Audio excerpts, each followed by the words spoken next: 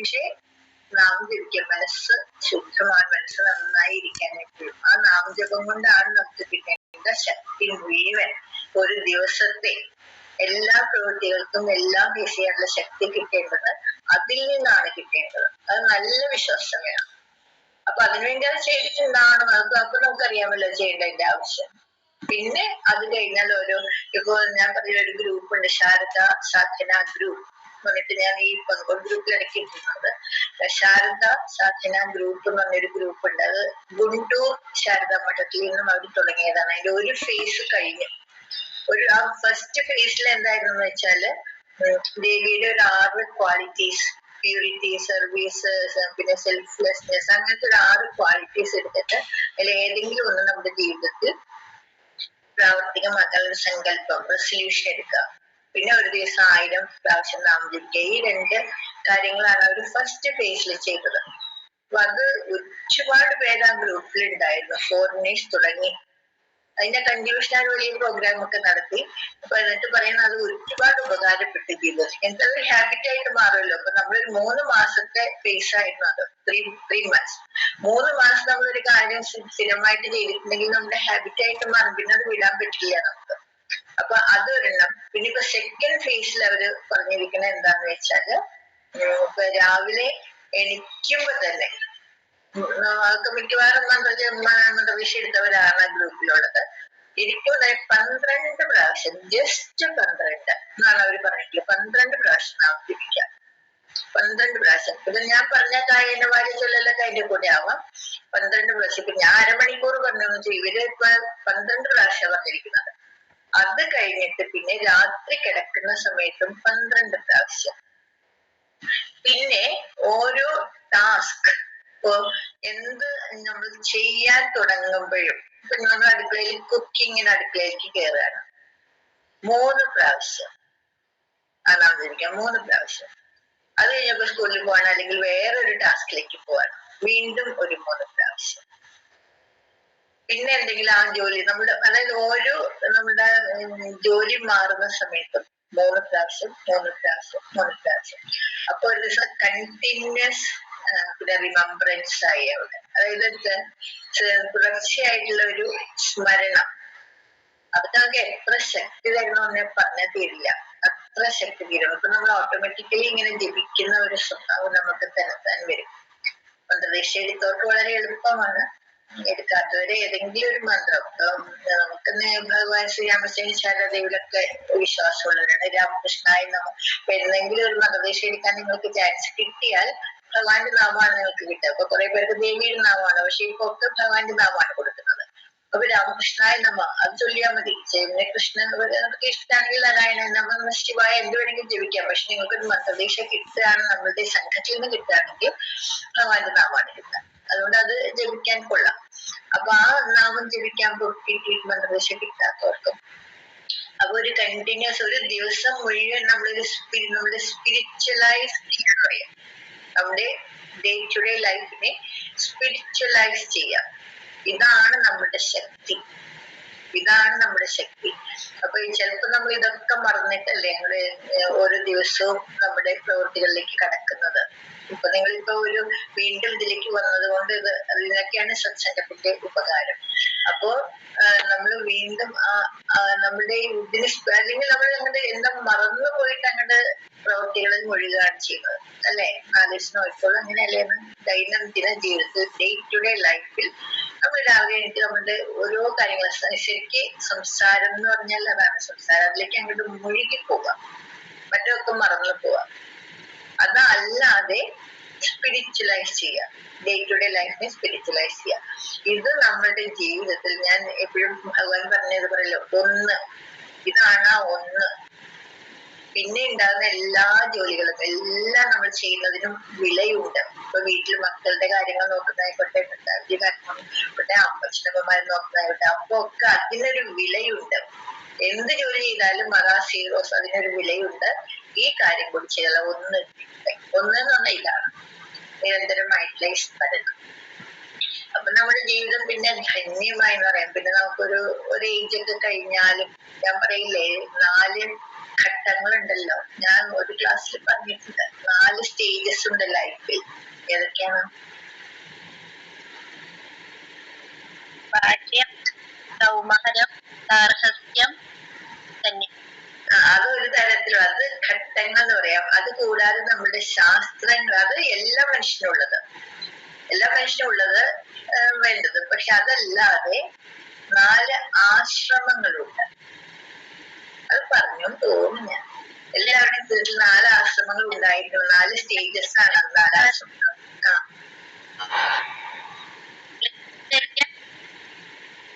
Clear ബ്രഹ്മചര്യം, ഗൃഹസ്ഥാശ്രമം, സന്യാസം. പോയത് വാനപ്രസ്ഥം. നിങ്ങൾ ഏത് സ്റ്റേജിലാണ്?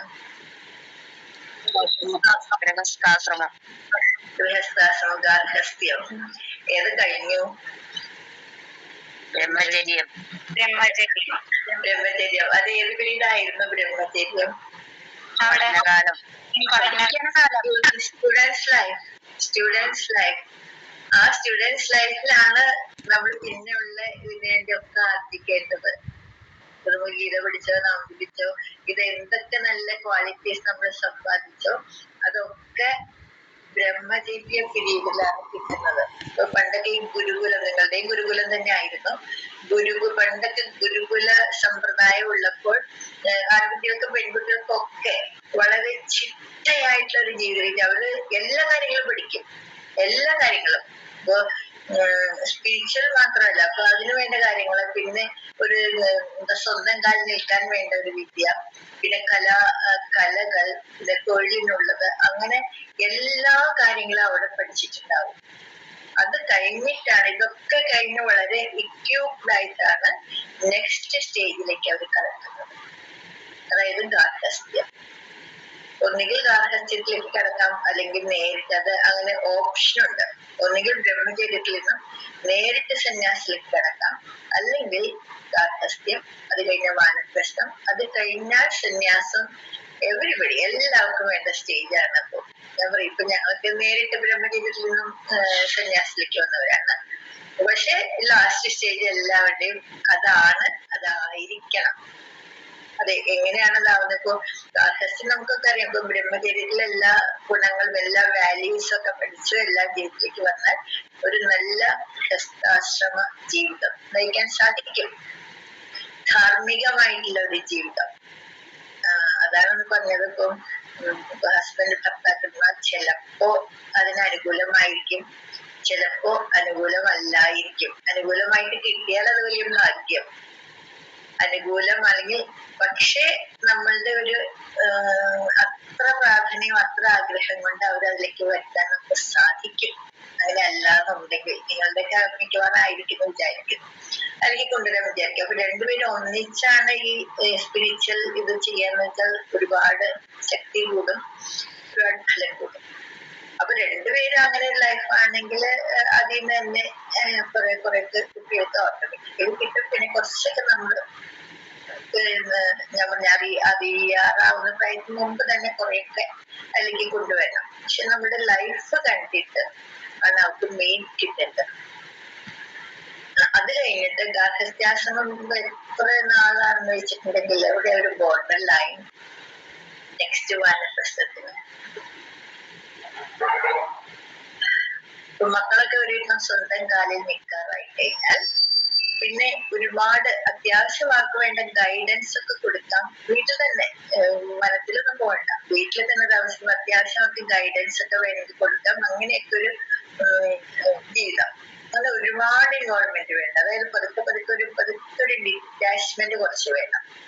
അതായത് അവസാനം അതൊക്കെ ഡിറ്റാച്ച് ചെയ്യണം എന്നുള്ളത് നമുക്കറിയാമല്ലോ. അതുകൊണ്ട് കുറച്ചൊരു ഡിറ്റാച്ച്മെന്റ്.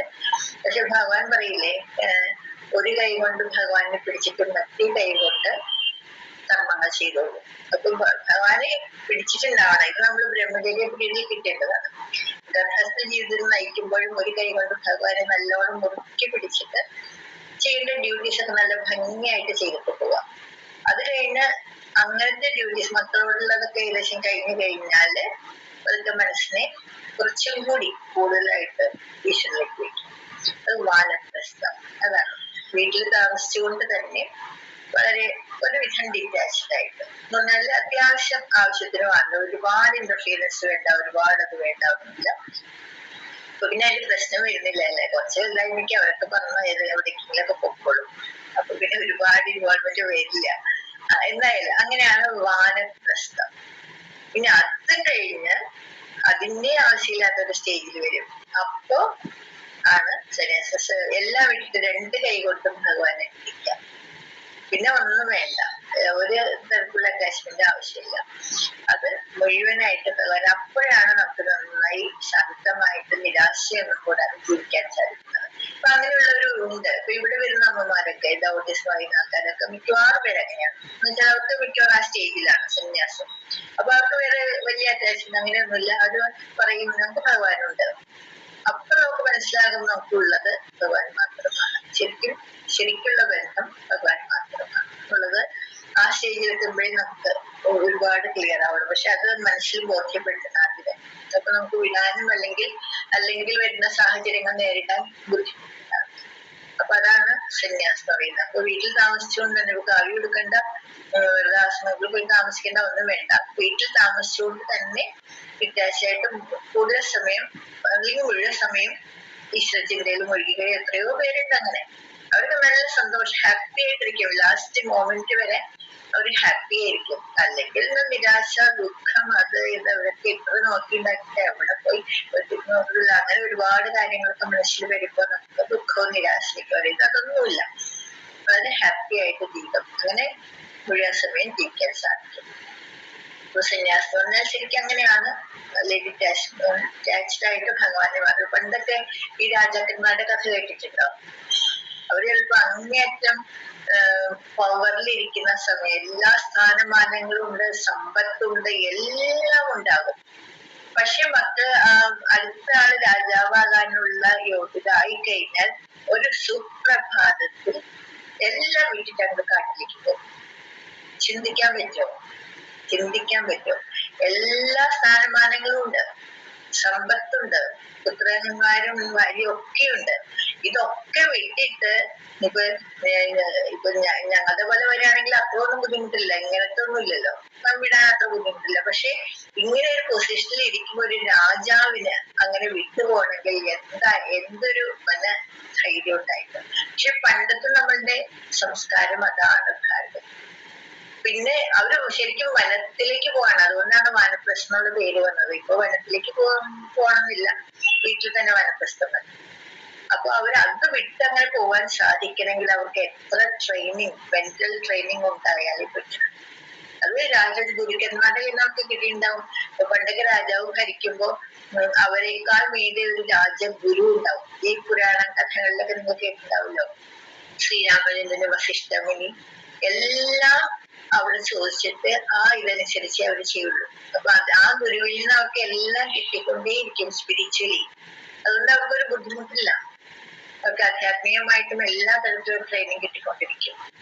അതുകൊണ്ടാണ് അവർക്ക് അങ്ങനെ വിട്ടുപോകാൻ സാധിക്കുന്നതും അതുകൊണ്ടാണ്. അങ്ങനെ ആയിരുന്നു നമ്മുടെ സംസ്കാരം. അതായത് ഇപ്പൊ നമ്മള് ആ ഒരു ജീവിതശൈലി എല്ലാ മനുഷ്യർക്കും വേണ്ടതാണ് എന്നർത്ഥം. ഈ 4 ആശ്രമങ്ങൾ. അപ്പൊ അങ്ങനെ ഉണ്ടാവണമെങ്കിൽ നമ്മൾ ഇപ്പോൾ ഇത് രണ്ടും കൂടി സിമൾട്ടേനിയസ് ആയിട്ട് കൊണ്ടുപോകണം. അതായത് ഈശ്വര ചിന്തയും അതേസമയം നിങ്ങളുടെ ഡ്യൂട്ടീസും ഇതൊക്കെ കഴിഞ്ഞിട്ട് അവസാനം വിചാരിക്കാന്ന് പറഞ്ഞിട്ട് കാര്യമില്ല. നമ്മുടെ അത്യാവശ്യം തിരക്കൊക്കെ കഴിയട്ടെ. ഈ ഗൃഹസ്ഥ ജീവിത സംസാരത്തിലെ തിരക്കുകളൊക്കെ കഴിഞ്ഞിട്ട് നമുക്ക് ചിന്തിക്കാം ഭഗവാനെന്ന് വിചാരിച്ചാൽ ഒരിക്കലും നടക്കില്ല. ഇത് രണ്ടും കൂടി സൈഡ് ബൈ സൈഡ് ആയിട്ട് കൊണ്ടുപോകാൻ തന്നെ വേണം. അതാണ് നമ്മുടെ ശാസ്ത്രങ്ങളിലൊക്കെ അതാണ് പറയുന്നത്.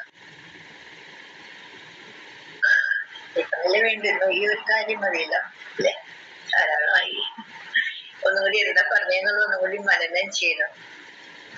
അത് എഴുതി വെക്കേണ്ട, ആർക്കെങ്കിലൊക്കെ എഴുതി വെക്കാം. പക്ഷെ അപ്പൊ നമുക്ക് പ്രാക്ടിക്കലായിട്ട് കിട്ടേണ്ട കാര്യം കഴിഞ്ഞ പ്രാവശ്യം പറഞ്ഞത് തന്നെ ജീവിതത്തിൽ ഓരോ ദിവസത്തെയും സ്പിരിച്വലൈസ് ചെയ്യാം.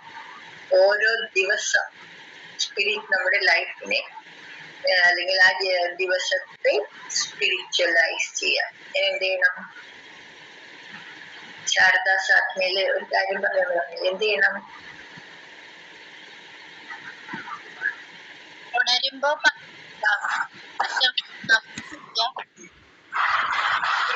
കിടക്കുമ്പോഴും 12 പ്രാവശ്യം ഓരോ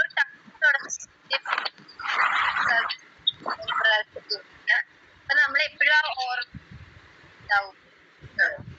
രാവിലെ എനിക്ക് പിന്നെ ഞാൻ പറഞ്ഞത് വിടണ്ട, കായേന വാച ചൊല്ലണം എന്നുള്ളത് അത് സമർപ്പണത്തിന് വേണ്ടിയാണ്. അപ്പൊ നാം ജപിക്കുന്ന നമ്മുടെ മനസ്സ് ശുദ്ധമാക്കാനും ഒക്കെ നമ്മൾ ചെയ്യുന്നു. പക്ഷെ കായേന വാച ചൊല്ലുന്നത് എന്തിനു വേണ്ടിയിട്ട്?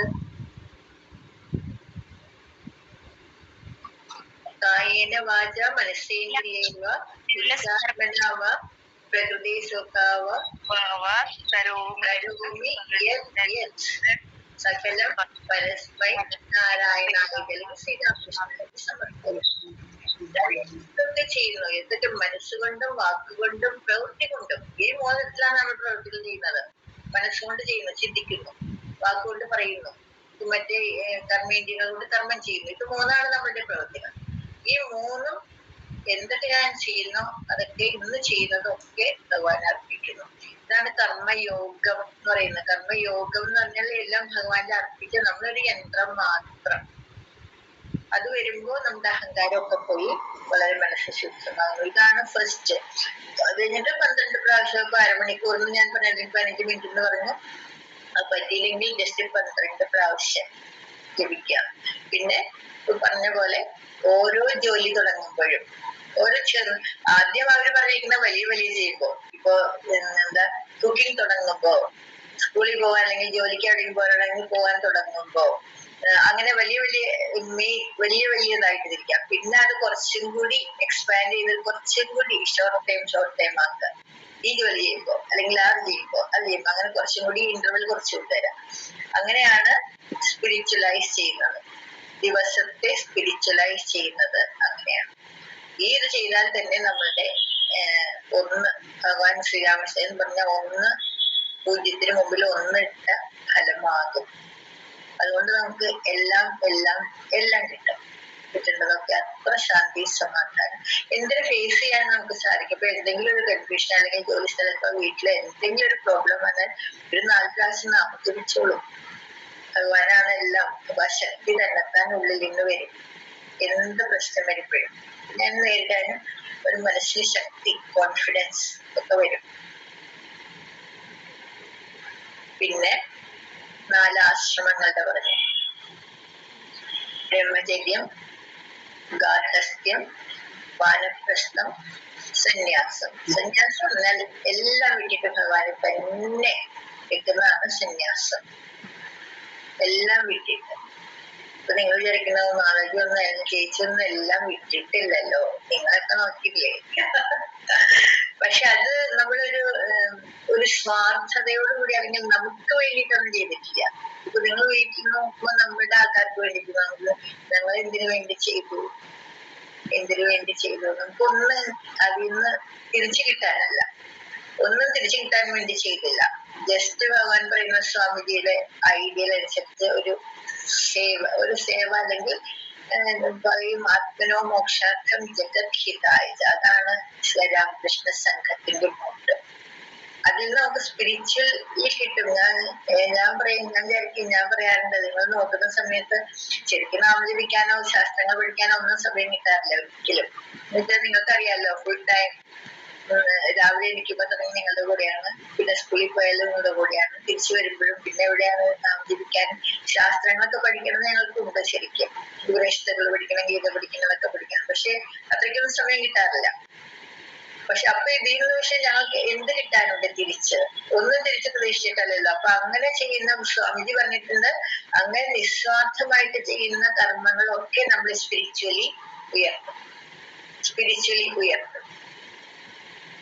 ഞാൻ നിന്റെ മുഴുവൻ ഇപ്പോഴും കൂടി അങ്ങനെയാണ്, ഇങ്ങനെയാണ് സമയം കഴിച്ചിരിക്കുന്നത്. ഇപ്പൊ പിന്നെ കുറച്ചും കൂടി നാമജപിക്കാനും വായിക്കാനൊക്കെ സമയം കിട്ടും. പക്ഷെ ബന്ധമൊക്കെ കിട്ടാറില്ല. പക്ഷെ അങ്ങനെ ചെയ്യുന്ന സ്വാമിജി എപ്പോഴും അതിനാണ് ഇമ്പോർട്ടൻസ് കൊടുക്കാറ്. പക്ഷെ മറ്റുള്ളവർക്ക് വേണ്ടി ചെയ്യും.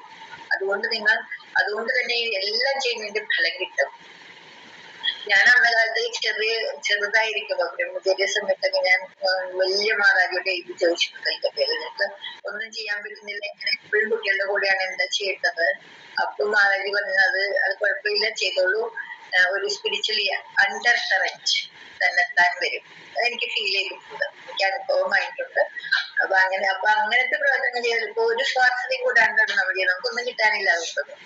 അപ്പോ അതിൽ നിന്ന് തന്നെ ഒരു സ്പിരിച്വൽ, അപ്പൊ നമ്മൾ ഈ മറ്റുള്ളവർക്ക് വേണ്ടി എന്ത് ചെയ്താലും അതും നമ്മുടെ സ്പിരിച്വൽ ലൈഫിനെ ഉയർത്താൻ സഹായിക്കും. പിന്നെ നാമജപവും ഇതൊക്കെ അതിന്റെ കൂടെ, അപ്പൊ ഇതൊക്കെയായിട്ട് ഇത് ചെയ്യേണ്ടത്. അപ്പൊ ഇതൊക്കെ നിങ്ങൾ ക്രോഡീകരിച്ച് മനസ്സിൽ ചിന്തിച്ചോളൂ. പക്ഷെ നാളെ തുടങ്ങി ഇന്ന് പുതിയതായിട്ട് എന്ത് കുറച്ച് കിട്ടി, ഇത് പറഞ്ഞത് തന്നെ അതിന്റെ കൂടെ അഡീഷൻ അത് ചെയ്യാനും ശ്രമിക്കുക. എത്ര പേര് പഠിപ്പിക്കുക? 28 പേര്, 3 ബാച്ചാണ് കേട്ടോ. 28 പേര്, പക്ഷെ 28 പേരുണ്ട്. പിന്നെ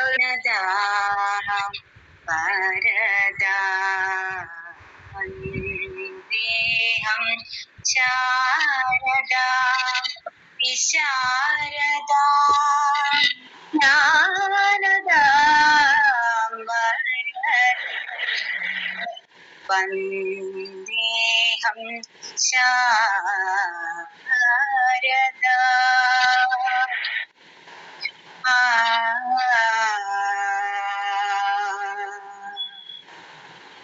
ശുദ്ധ സത്വസ്വരൂപിണീം സ്വച്ഛ ഹൃദയ നിവാസിനീം ശുദ്ധ സത്വസ്വരൂപിണീം സ്വച്ഛ ഹൃദയ നിവാസിനീം സ്വപ്രകാശരൂപിണീം സ്വപ്രകാശരൂപിണീം സ്വപ്രകാശരൂപിണീം സ്വപ്രകാശരൂപിണീം വന്ദേഹം ശാരദാ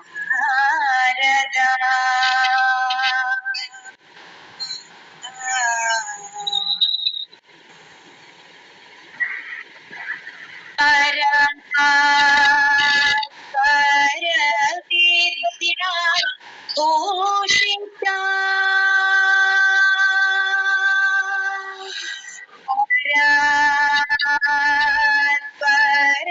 പരവിദ്യാ ഭൂഷിതാ സൂരവര സുജലാ സംചേതിതാ ശുഭദാം സുലഭാം ശുഭദാം സുലഭാം രാമകൃഷ്ണ സഹധർമ്മ ചരിതാം വന്ദേ ശാരദാ വിശാരദാ ജ്ഞാനദാ വരദാ വന്ദേഹം ശാരദാ